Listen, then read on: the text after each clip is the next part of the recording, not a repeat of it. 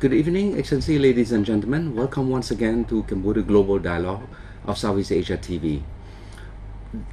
For this session, we have a pleasure to have an entrepreneur, somebody who's been well versed in the issue of market development, entrepreneurial spirit, but the topic I want to discuss today is more how, in the context of Cambodia, chairing the ASEAN, in the context of the next couple of years, Cambodia will be part of the ASEAN economic community. The role of entrepreneurs is very important. The role of the business, the private sector is very important. We talk a lot about it, but yet we don't know what are the mechanics behind it. What does it take to be a good company? What does it take to be a worthy partner when foreign company come and want to do business in Cambodia? What does it take for a Cambodian company to start small, to grow, and eventually to even think of going abroad, not far yet, but to going to Laos, going to Vietnam, going to Myanmar, whatever, right? So today we will be discussing along that theme, and I have the pleasure to have with me Gordon Peter, who is the manager of Emerging Market Consulting, but at the same time he's involved with the Emerging Market Entrepreneur. I'm not gonna explain, so I'm just gonna say welcome, Gordon. Thanks. Well, welcome to the show. Thanks, Your Excellency. Yeah. Oh, please, Siphana will do. Yeah. Okay. Siphana, Gordon. Perfect. Let me ask you briefly to say a bit about yourself personally, so the crowd will appreciate where you're coming from. Sure. Absolutely. So I'm an American citizen. I have worked in Cambodia for the last 3 years, and then I was a consultant here in 2003 and 4. So I've been here quite a little bit. I started out my career at Bain & Company doing strategy consulting for American companies. Yes. After working there for a while, I found that I wasn't that compelled by the businesses. It was interesting work, fascinating and good teams that I was working with, but I was much more interested in the emerging market and much more interested in the way that businesses and the private sector were growing elsewhere. So I did some independent consulting abroad in Africa and Southeast Asia, and specifically Cambodia, and sort of fell in love with Cambodia then. Went back to the US and started a couple businesses in the online space, in Facebook, MySpace, Twitter, that sort of thing, and very much enjoyed that, but still was connected to the emerging markets and wanted to really put effort and time in there, and then moved back to join Emerging Markets Consulting in 2009. And then we started what they doing. I mean, share me a bit of what does Emerging Market Consulting does. Sure. We work with clients to help them make good decisions. So we do research and analysis. It's very similar to other management consultancies that you'd see Give me elsewhere. some practical Sure. example. So we'll help a rice miller that wants to build a large-scale international rice mill that's 20 to 30,000 metric tons per year. We'll help develop a business plan, financial model, and the investment papers to raise financing or to build that out. We'll do that on one hand, or we'll help an IT company that's one of the top-tier IT companies that's in Cambodia to help put together their strategy and their growth plan for the next 5 years. So we'll do those for the private sector. And we also have another part of the business that's the, sort of an international aid business, where we'll work with USAID or work with AusAid or work with the World Bank on helping to conduct research and analysis to help them make decisions on more on the business climate, for example. Business climate, investment climate, business, trade, transport, export analysis, a number of different things. So it's more contribution of this analysis to the development agency to help shape their contribution in terms of policy development with Cambodia. Absolutely. And they're very similar projects. I mean, if you look at it from both angles, it is putting together the private sector view of how to grow. And whether a development agency wants to do that or whether a private sector company wants to do it, you're doing the same types of analysis, and you're helping to come up with the same answers and the same financial modeling, and then the same results. And emerging market entrepreneur, what is that?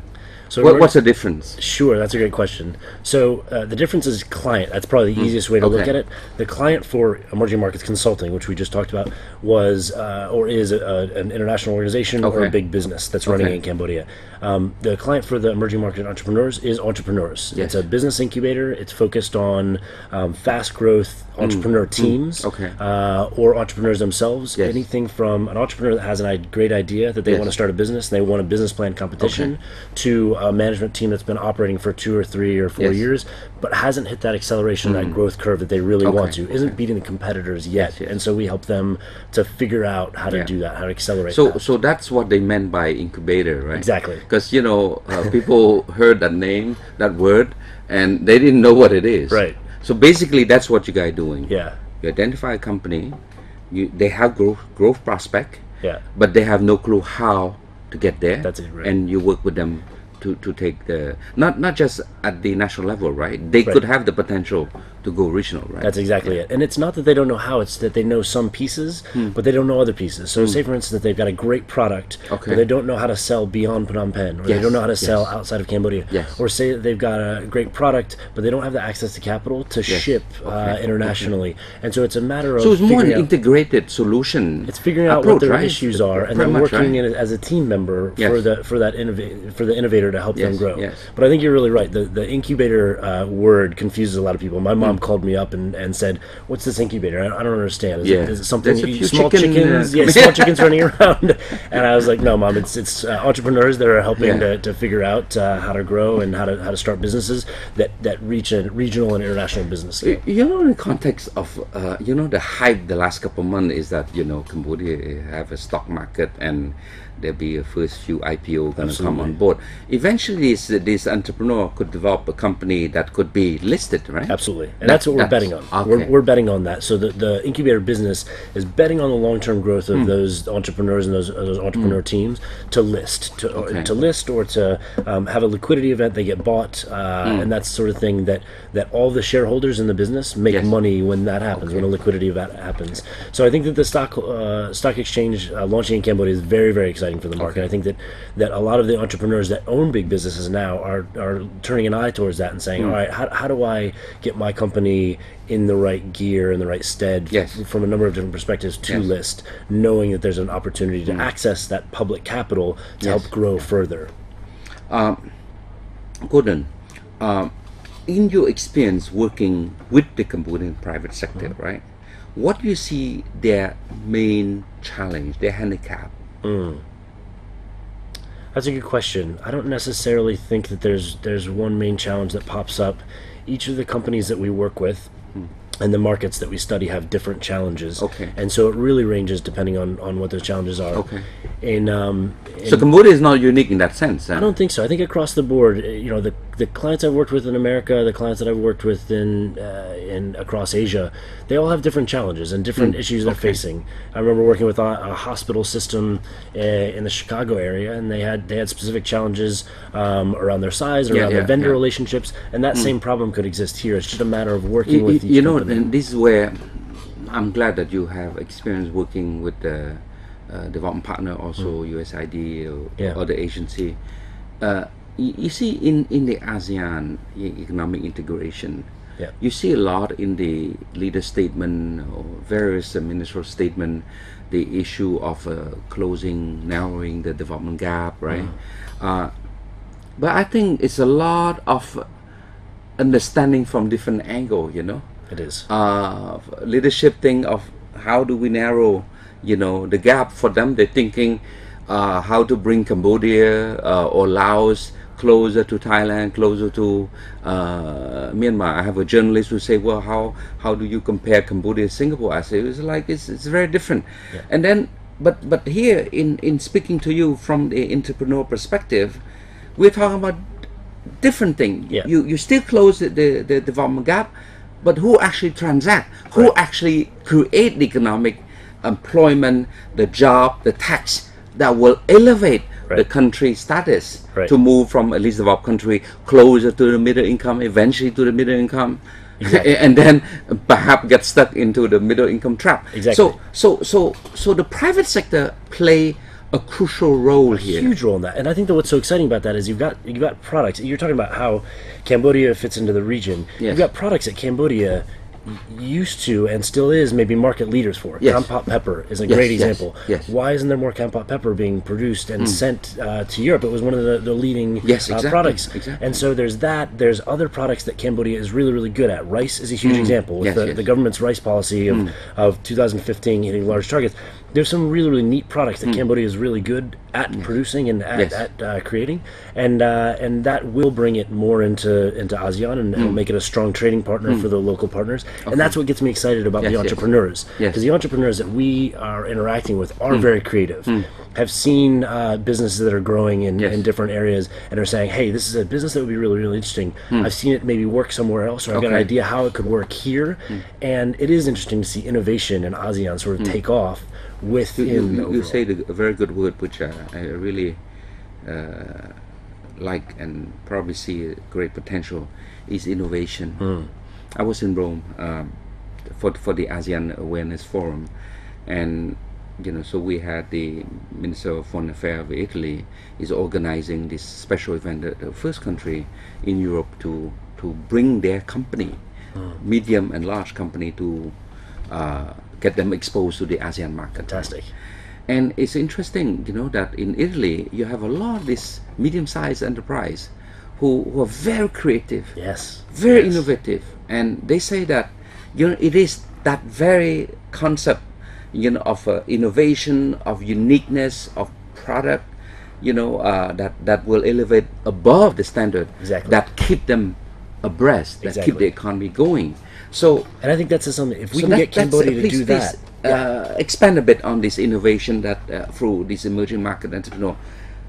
How do you see the innovation taking place in Cambodia? I think that's exactly right. I think that's the right way to look at it. I would, the countries that are going to grow and are going to really explode over the next 100 years, if you start to look at it on a longer term scale, are the countries that really embrace innovation and put together innovation centers. And if you look at America got very lucky with its investment long term in Silicon Valley, and the schools, and then an ecosystem grew where you had the right lawyers that were there, the right venture capitalists that were there, the right banks that were there to help the companies grow and grow rapidly.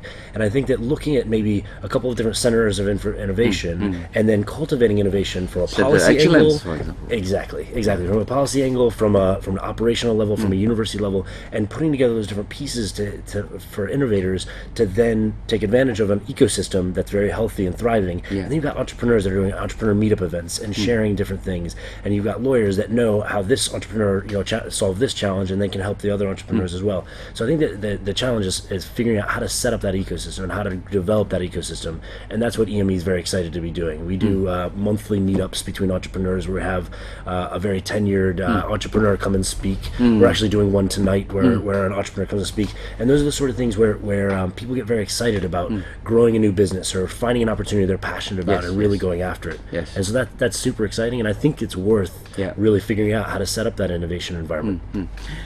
We have for ASEAN Chair, we have a good opportunity to have many companies from different part of the world coming, and about the ASEAN EU second ASEAN EU Business Summit. There'll be trade delegation, investment delegation coming from Europe, and these are something that will make them tick that Cambodia is on the right track. What advice would you say to a Cambodian entrepreneur? Look, guys, the European company are coming. They sure don't want to plunge into a country without knowing, without having the right partner. What does it take to make them a worthy partner that, say for example, an Italian or a Spanish company would want to team up with to develop a market here or product here? I think that's a good question. I think that's the question that we should be answering. I think it you want foreign partners to believe in your product, believe in your team and your team's ability to create that product or service, whether it's a tourism product, whether it's a agricultural product, whether it's a garment product. You want them to think that it's high quality, that it's something that they can trust as well. So I think that those are the areas that I would really focus on as an entrepreneur. People are coming in, they need to trust your ability to deliver. They need to make sure that it's going to be good quality, and they need to make sure that it fits in with their business. So I think as an entrepreneur, you need to sort of listen to what your partner wants, and you also need to have sort of the background to be able to deliver on what you say you're going to deliver on, and that sort of thing. I think that's one of the challenges that you do find in new partnerships that are starting. You have to quickly create trust, quickly create rapport, as you know, with businesses or relationships overall. That's kind of what needs to happen. And then you follow up, and then small steps and small steps and small steps, and then you have a big thriving trade between partners that didn't exist before. And I think that the EU ASEAN Summit is a great place for some of those relationships to start. Yeah. 3 years from now, 2015, Cambodia will be part of the ASEAN Economic Community. There'll be, I wouldn't say all free flow, but there'll be good flow of people, of skilled people, of goods. Tariff barrier will be down. There'll be open sky. There'll be free flow of service. So many things will happen in this region. Where do you see the readiness of Cambodian entrepreneurs in that? I think Cambodian entrepreneurs are ready. I think that we are starting to see a thriving group of entrepreneurs that I'd say are, there's a new economy of entrepreneurs that are starting businesses, that are growing businesses. Okay. I think that there's more tenured entrepreneurs that are also growing new businesses and launching into new areas. But I'm very bullish on Cambodian entrepreneurs' ability to identify market opportunities, put together teams, and figure out products and services that are attractive within Cambodia domestically, and then also regionally. And so I think there's a ton of opportunities, and it's a matter of identifying those opportunities, putting together the right team and the right access to capital, and then pushing forward with those. Well, I think the way I see it is that Cambodia, in a way, there are pros and cons. People look at Cambodia as a post-crisis, but in the survey done by the ASEAN Secretariat of all the 10 countries for ASEAN Economic Community readiness, right? How ready you can be. Cambodia ranked 3rd after Singapore and Malaysia. It's fantastic. It's fantastic, and if you look at it, it's all tied into a few years ago when Cambodia acceded to WTO, when we negotiate. Good job for you. Yes, taking the lead there. I must say that I slept well because we made a big economic liberalization drive, and 5-6 years later, in the regional dimension, we find that this policy work. Yes. And what the thriving economic aspect in Cambodia reflect that mindset, that opening, that welcoming aspect. Yes. I would say that in the case of Cambodia, we don't have a lot of entrenched interest to worry about. So. You speak about innovation. To me, it's one thing to have an old stuff where you try to change it, right? Rather than not having, and then say, well, let's start from scratch with the latest technology, with the latest know-how, with the latest experience, that, say, for example, your group, for example, the emerging market entrepreneur, you bring the latest idea, test it. In other country, you got good partner, international financial institution, good law firm, the World Bank, everything. These are something that I find it's the silver lining behind what a lot of people say the Cambodian crisis, the genocide. We have a clean slate to start. The regional economic situation is there for the taking, and how do we position the Cambodian new generation to say, look guys, your parents have difficult years in the 70s, but you were spare, and not just spare, but you have a clean slate to start. You're not bound by old structure, old system, old institution that you have to fight with. I completely agree with that. I think in the same way that Cambodia has been open to foreign business and open to foreign direct investment for quite some time, entrepreneurs, there's a big parallel that's there. The openness that Cambodia has had to growing the financial sector and growing its market, I think that Cambodian entrepreneurs also see an openness. It's a blue sky, and there's a lot of opportunities that are there. And I think to the extent that policymakers can also create an environment that's really, really healthy and exciting for entrepreneurs and make it very exciting, it gets better and better. I'd say that, the rice policy is a perfect example of the government saying, we want more Cambodian rice to be shipped, and we want to really support that business. And as that's happened, a whole bunch of opportunities have opened up for rice millers and for that specific sector, where trade is easier, export costs are easier. There's flows that are made more simple because the government has focused its policy on that. Also, with a focus on entrepreneurship and focus on the ecosystem of innovation, I think there can be a similar growth that's like the WTO, really investing in a long-term idea and a strategy that will create more openness and more growth opportunities. there's now that opportunity with entrepreneurship as well, and I think it's a very exciting time for entrepreneurs in Cambodia. I was one of the initiator of the rice policy. I mean, in 2009 when I came back, and I saw that opportunity, but we didn't have a clear policy. And at that time, I was asked to, come up with some idea, not rice yet, but I thought, what could actually be a game changer? During that time, it's a post-global financial crisis. The garment industry is struggling because of the crisis. The construction, we have a big bubble that bust. So I look around and say, well, agriculture is particularly rice. Absolutely. So that's how the whole thing starts. And I made a few tours, different university, different presentation, even in Parliament. Even I go to the port, give a presentation, and we discuss. And lo and behold, the government bought the idea, a task force was formed, and before we know, we have a rice policy. But it's interesting that to see the before and after the policy. So to me, I still think as a policymaker, even though I'm not in the government anymore, I see that if the government can come up with a sound policy that is pro-trade, absolutely, pro-poor, pro-growth, right? And after that, that's it.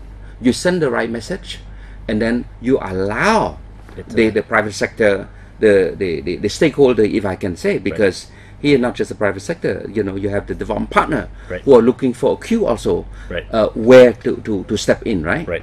And then civil society, for that matter, also play a big role, particularly at the micro level, right? So everybody have their role, but they're watching for that queue. And the rice policy is a good case where you have that queue and everybody grab on it, and that's it. We just monitor, and then we start debugging along the way what is blocking. Right. And we do studies talking to exporters and hearing what their constraints are, what their challenges are, which is a question you asked earlier. And we've actually talked to some exporters that are exporting different products that say, I'm thinking about getting into rice because there's such opportunity there now, and the government's created a great policy that there's a lot of opportunity. And you said something, a great word just now, what would be a game changer? And I think that putting together, the rice policy was a game changer for that industry. If you think about entrepreneurs and innovators and growing that as an overall industry. Now you're across so many different subsectors that are underpinning the Cambodian economy, that I think that could be a game changer. I think that one of the next game changers could be having an entrepreneurship ecosystem really flourish in Cambodia, which I think is exciting. And you mentioned the entrepreneur ecosystem. What I want, and I've been trying to do now. We were together at the party, at the barbecue party at the Australian ambassador residence, where we had the young entrepreneur come in to mingle with, in this case, Australian. But same situation could be done, and I want to do with other country, particularly in ASEAN, where we already have legal agreement already for the China, ASEAN free trade with India. I've been appointed as an eminent person for ASEAN India, where we're supposed to look at the strategic vision of the relation between ASEAN and India, for example. But to me, the policymaker, the government, the leader have done their job. You have to be fair to them. They have brought the ASEAN from a a non-rule base, which is more a grouping, into a chartered rule-based organization. They done their share. Right? Now it's up to the stakeholder, in this case the private sector, to step in to say, look, you guys have negotiated a good agreement with Australia, New Zealand already, with India, with Korea. Now we gonna analyze it. Exactly. What can we tap? What can we maximize? What can we build on this framework that we have? Gordon, we are running out of time, and I have enough time to give you your last word that you want the audience to remember from our discussion. Sure. Thanks, Siphana. I very much appreciate your time being on the show. I think that if I was to boil down my advice to be very, very simple, I'd say as an entrepreneur, as a business person, follow your passion, follow what you're excited about. That passion, you want to collect other people around that passion and grow a business or grow an organization that's something that you're excited about. That'll make it so much more valuable in those long hours when you're working and trying to grow an entity and an organization. It'll be that much more exciting, and having the creativity and the innovation within that passion, I think is tremendous. So follow that passion and stay young. Good. Thanks, Gordon. So let me just, on behalf of the audience, if I may say thank you for you to come in and share with us some of your private sector perspective. Sure. And some of the idea and initiative that could be a game changer, if I can use the word, yeah. You know, to turn Cambodia from a post-crisis recipient country of aid, of support and everything, to be an active player, you know, worthy of relationship by other company in the region and the world. So this is something that we appreciate. Yeah, absolutely. All right. So thank you so much. Yes. Yeah, thanks. So, Excellency, ladies and gentlemen, we're coming to the end. As always, 30 minutes, barely start, and then we finish already. But I like to make this is just the beginning of a discussion in terms of the role of the private sector in the building of the Cambodian economy, in terms of helping the Cambodian economy position itself as a worthy partner in the region. And I hope that I will have other opportunity to invite you back, and perhaps other your colleagues who are working in this area, and even some of your client, which is the entrepreneur themselves. Perfect. To come and testify a bit, you know, how they came along, the prospect for the future, and how can their experience, their successful exposure to this sort of new way, new know-how, exposure to new idea, best practice, could have changed their company, their life, and how they can have other replicate that same experience to other Cambodian. Absolutely. So on that note, I look forward to share with you other experience. So good night.